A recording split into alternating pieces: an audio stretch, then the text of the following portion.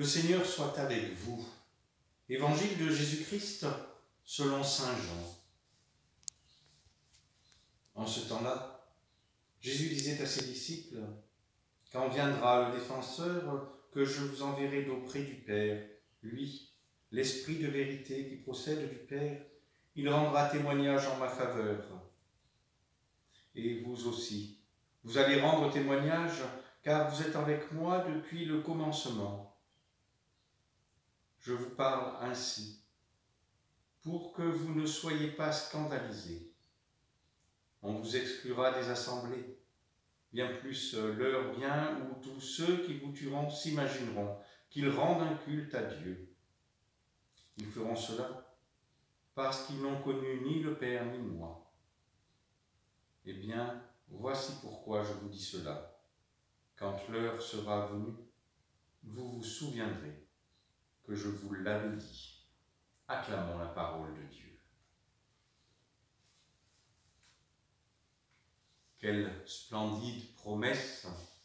Quand viendra le Paraclet, que je vous enverrai d'auprès du Père l'Esprit de vérité qui procède du Père, il me rendra témoignage. À son sujet, Jésus précise deux choses. La première concerne l'éternité. Le Paraclet qui nous sera envoyé, c'est l'Esprit de vérité qui provient du Père. Dans le présent éternel de Dieu, l'Esprit procède, sort du Père. La deuxième précision a trait à l'œuvre du Paraclet lui-même dans l'histoire des hommes. Il rendra témoignage à mon sujet, nous dit Jésus. Jean, dans son évangile, ne parle pas de tribunaux ni de procès publics, mais il intériorise le thème de ce témoignage. C'est notre cœur de croyant que le Paraclet viendra rassurer et affermir face à nos frères. Alors la force nous sera donnée pour confesser Jésus-Christ est Seigneur. C'est déjà ce qui se passe mystérieusement dans le silence de l'oraison.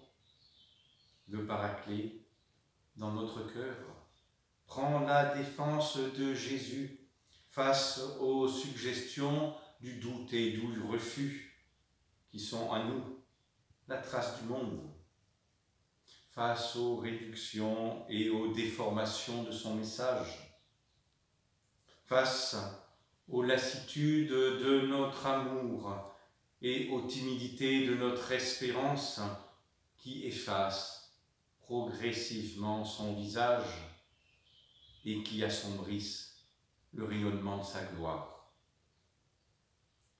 Cette affirmation de Jésus est encore valable aujourd'hui et il ne faut pas la camoufler sous des bons sentiments ou des paroles plus ou moins édulcorées lorsque nous sommes appelés à témoigner de notre foi, témoigner de la parole de Dieu.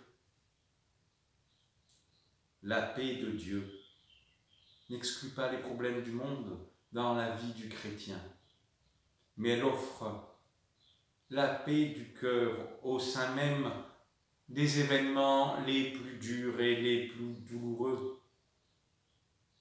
Jésus nous promet que son esprit, qui est plus fort que toutes nos limites, plus grand que toutes nos peurs, qui est tout puissant, nous permettra d'agir avec nouveauté si nous savons nous abandonner à son action en nous-mêmes.